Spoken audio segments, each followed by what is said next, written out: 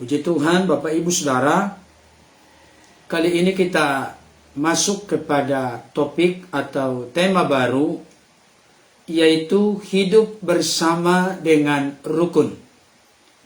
Saya akan mengajak kita untuk membuka Alkitab dari Mazmur 133 ayat 1 sampai 3. Demikian bunyi firman Tuhan. Nyanyian ziarah Daud. Sungguh alangkah baiknya dan indahnya apabila saudara-saudara diam bersama dengan rukun. Seperti minyak yang baik di atas kepala, meleleh ke janggut.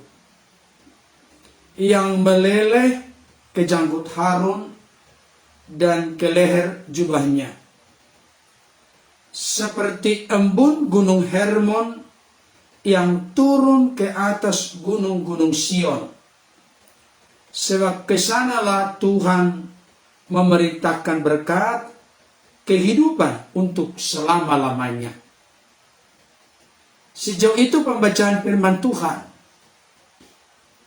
Yang berbahagia adalah setiap kita yang mendengar firman Tuhan dan yang terus setia memelihara dalam hidup kita hari lepas hari. Topik kita kali ini, hidup bersama dengan rukun. Sekali lagi, hidup bersama dengan rukun. Pertama-tama kita perlu mengerti dan memahami Mazmur 120 sampai dengan Mazmur 134 ini disebutkan oleh penulis sebagai bagian dari nyanyian ziarah. Barangkali di antara kita bertanya, Pak Pendeta, apa artinya nyanyian ziarah? Nyanyian ziarah artinya nyanyian yang dinyanyikan oleh umat Israel manakala mereka akan memasuki bait Allah yang ada di Yerusalem.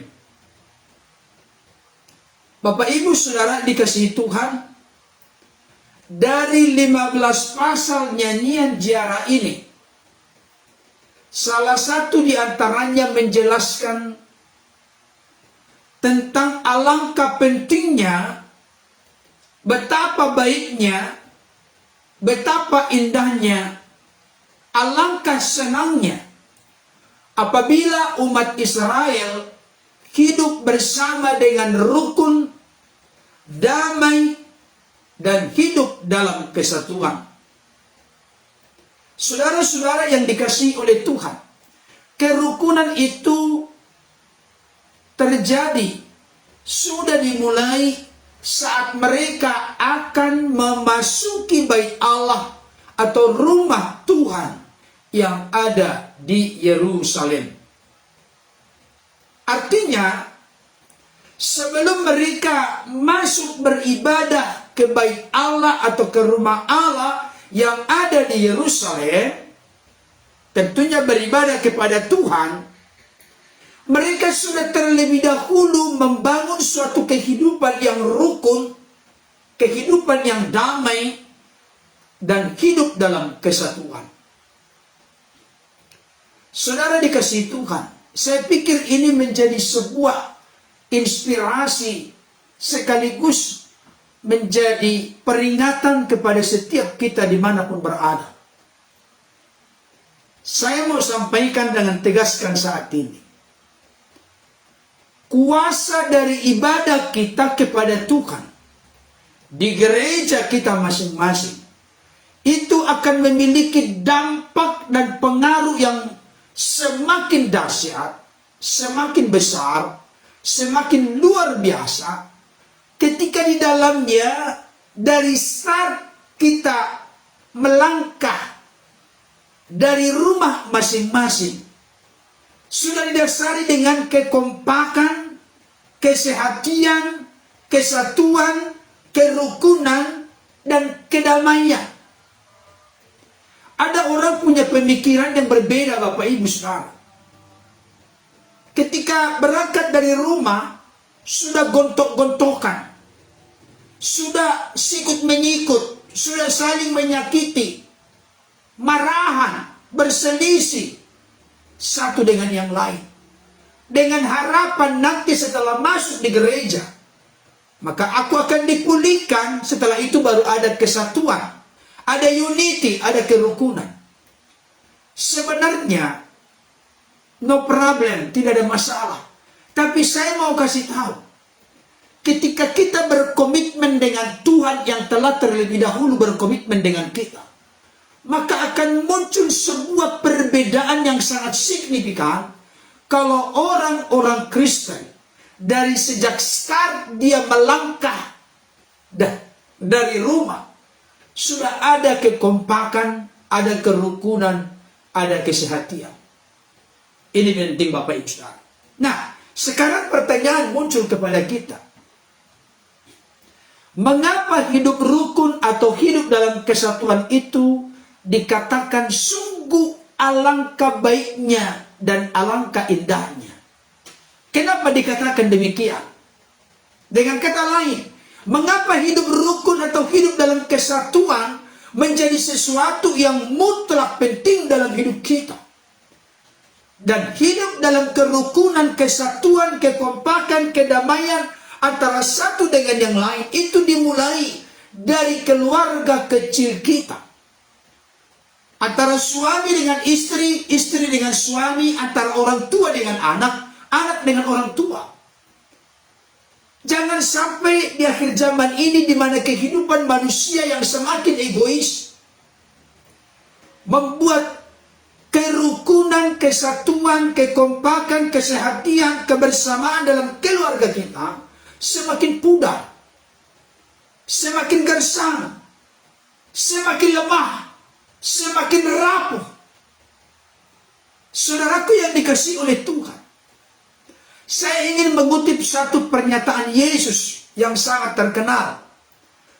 Alkitab berkata setiap kerajaan yang terpecah-pecah pasti binasa. Dan setiap kota atau rumah tangga yang terpecah-pecah tidak dapat bertahan. Saya rindu pernyataan Yesus ini menjadi sebuah inspirasi bagi kita. Saya ulangi kembali kata-kata Yesus. Setiap kerajaan yang terpecah-pecah pasti binasa. Dan setiap kota atau rumah tangga yang terpecah-pecah tidak dapat bertahan. Saya ingin jelaskan background dari pernyataan ini disampaikan oleh Yesus. Pernyataan ini diungkapkan oleh Yesus menanggapi reaksi dari orang-orang Farisi yang mengatakan bahwa Yesus mengusir setan dengan penghulu setan atau Beelzebul. Saudara dikasihi Tuhan, artinya Yesus ingin menegaskan bahwa iblis itu tidak bisa mengusir iblis. Kalau sampai iblis mengusir iblis, maka kerajaannya tidak akan dapat bertahan. Jadi jangan lupa Bapak Ibu Saudara, ini merupakan sindiran yang begitu jelas, telak dan tegas kepada kita. Yesus berkata, kenapa kerajaan iblis sampai sekarang ini masih tetap berjalan?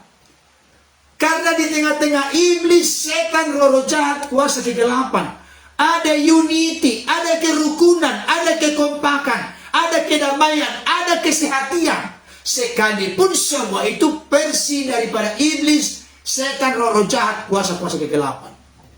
Tidak ada di antara oknum-oknum dari iblis itu yang saling bertengkar satu dengan yang lain. Tidak ada perpecahan. Tetapi ada unity, ada kesatuan di antara iblis, setan, roh jahat, kuasa kegelapan. Hal itulah argumentasi alasan bagi Yesus yang menunjukkan bahwa kerajaan iblis itu masih tetap berjalan sampai sekarang. Saudara dikasihi Tuhan, saya mau sampaikan kepada kita saat ini, Bagaimana dengan tubuh Kristus, gereja Tuhan, orang-orang percaya, keluarga-keluarga Kristen? Masihkah berkobar, bernyala, bersemangat, antusias untuk berpegang kepada satu tekad? Ada unity, ada kesatuan, ada kekompakan di dalam diri kita masing-masing. Saya mau kasih tahu, dengarkan baik. Gereja bisa menjadi rusak. Gereja bisa menjadi porak-poranda. Gereja bisa menjadi tercemar, mengalami polusi dunia ini ketika keluarga-keluarga Kristen tidak membangun unity, kesatuan, kerukunan, kekompakan, dan kesehatan. Saya suarakan kebenaran firman Tuhan ini kepada kita, karena saya tahu apa yang dikatakan oleh Yesus. Dengan bertambahnya kedurhakaan, kejahatan, dekadensi, kemerosotan moral di akhir zaman ini, maka kasih kebanyakan orang akan menjadi dingin.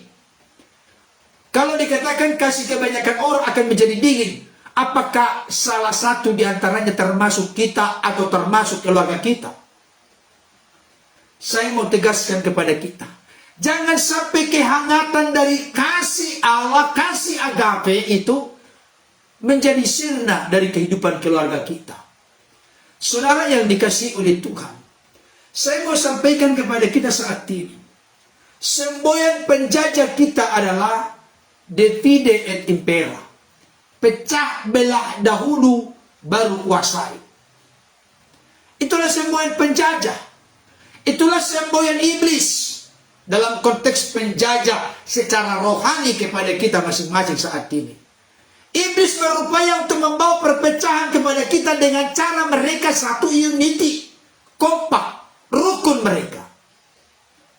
Coba kita telisik, kita hayati, kita renungkan. Bagaimana kehidupan kekristenan sekarang ini? Ada istilah di Jakarta yang berkata, lo, gue. Emang gue pikirin lo, katanya. Lo jangan ngurusin gue, kira-kira begitu. Gue tidak perlu ngurusin lo. Ya lo, gue. Saudara dikasih Tuhan. Kalau semboyan daripada penjajah kita di zaman dahulu, ketika dijajah oleh Belanda, divide et impera, mari kita pecah belah dahulu mereka, baru kita kuasai. Mereka mau membawa perpecahan kepada bangsa Indonesia di masa lalu. Tetapi jangan lupa, semboyan divide et impera menjadi alat yang sangat ampuh bagi iblis, setan, roh jahat, kuasa kegelapan untuk merongrong, merusak tubuh Kristus, gereja Tuhan, orang-orang percaya di akhir zaman ini. Saudara dikasih Tuhan, tetapi semboyan kita apa? Bersatu kita teguh, bercerai atau terpecah belah kita akan runtuh. Itu sebabnya sampai didengungkan pada tanggal 28 Oktober 1928, satu nusa, satu bangsa, satu bahasa. Kesatuan itu menjadi sesuatu yang sangat penting dalam kehidupan kita. Jangan sampai terjadi perpecahan. Jangan sampai terjadi permusuhan, pertengkaran dalam kehidupan kita sebagai orang-orang Kristen. Saya kasih tahu siapapun di antara kita, tolong dan tolong dan tolong dan tolong. Saya ulang-ulangi berkata tolong dan tolong dan tolong dan tolong. Apa itu? Saya rindu melihat gereja Tuhan, termasuk Tuhan juga merindukan gereja Tuhan. Ada unity, ada kerukunan, ada kekompakan, ada kesehatan, ada kedamaian. Jangan sampai karena kita memiliki denominasi gereja yang berbeda-beda. Oh, sinodeku ini, sinodemu ini, pemimpinku ini, pemimpinku ini. Sehingga terjadi perpecahan di antara kita. Adanya gereja yang berbeda-beda denominasi, biarlah hal itu membuat kita boleh saling melengkapi satu dengan yang lain. Karena saya tahu gereja Tuhan itu memiliki karunia yang berbeda-beda. Biarlah semua karunia yang unik yang berbeda-beda itu untuk saling melengkapi antara kelebihan dan kekurangannya dipakai semua kekuatan itu untuk membangun tubuh Kristus sehingga menuju kesempurnaan dalam Kristus. Jangan yang dikembangkan permusuhan. Waduh, di gereja memang gak ada Roh Kudus. Di gereja yang ada Roh Kudus. Apa itu gereja? Kalau beribadah mah diam aja, kalem aja. Jangan saling menuduh Bapak Ibu Saudara. Kalau ada gereja kita yang tidak tepuk tangan, jangan dituduh itu sesat. Kenapa?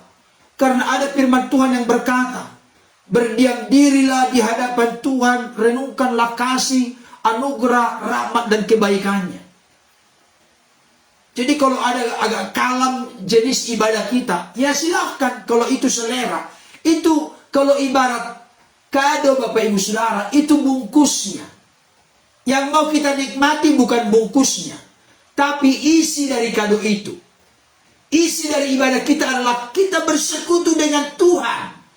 Cara bagaimana gayanya, ekspresinya, nggak usah diperdebatkan.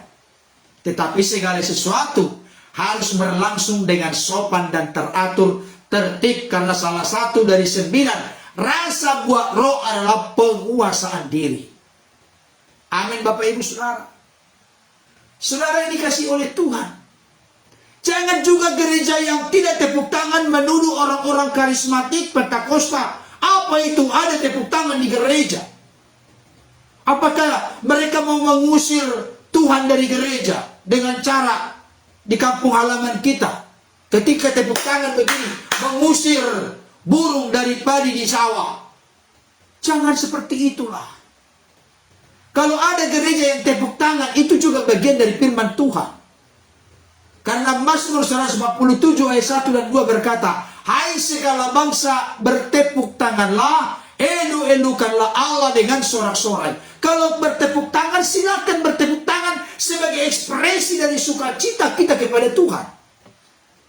Jangan terlalu kita kerdil dan miskin menilai gereja-gereja denominasi yang berbeda-beda itu dengan cara yang picik, miskin, dan dangkal.